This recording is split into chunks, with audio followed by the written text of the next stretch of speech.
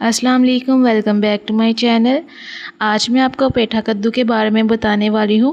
पेठा कद्दू को महदूद पैमाने पर काश्त किया जाता है। इसका बतौर सब्ज़ी इस्तेमाल बहुत कम है। इसके पके हुए फल से मिठाई तैयार करते हैं, इसलिए इसे तैयारशुदा मिठाई पेठा कद्दू के नाम से मशहूर है।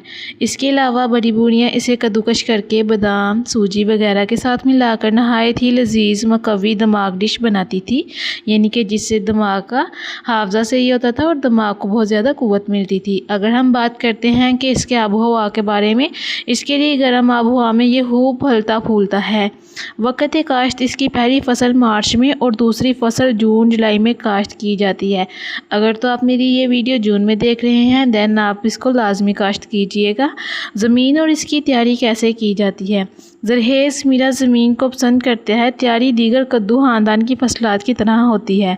शरह बीज अच्छे उगाव वाला बीज 1 किलोग्राम बीज काफ़ी होता है 1 एकड़ के लिए। अब मैं आपको ये बताऊं कि इसको काश्त करने का तरीका क्या है। तैयारशुदा ज़मीन में 7 मीटर के फासले पर पटेरियाँ बनाएं और पटेरियों के दरमियान किनारों पर 1 ही मीटर के फासले पर 2-3 बीज चुका करें। अब बहुत से लोग पंजाबी भी देख रहे हैं जिनको कि पटेरियाँ नहीं पता, तो बनिया जिसको हम कहते हैं। बरानी इलाकों में छट्टा से काश्त की जाती है और खुश्क गोडी करके वतर कायम रखा जाता है। अब हम बात करते हैं कि तकरीबन हर फल फूल को पानी की बहुत ही ज़्यादा ज़रूरत होती है, हर पौधे को। वह इसके पानी की भी मिकदार होती है बहुत ज़्यादा। कई पौधों को बहुत ज़्यादा पानी की मिकदार की ज़रूरत होती है, यानी कि उनके खेत में कुछ दिन पानी खड़ा रहना चाहिए, और कुछ पौधों को सिर्फ पानी की इस हद तक ज़रूरत होती है कि अगर उनमें ज़्यादा पानी खड़ा रहे जिसकी वजह से वो मुरझा जाते हैं या ख़त्म हो जाते हैं।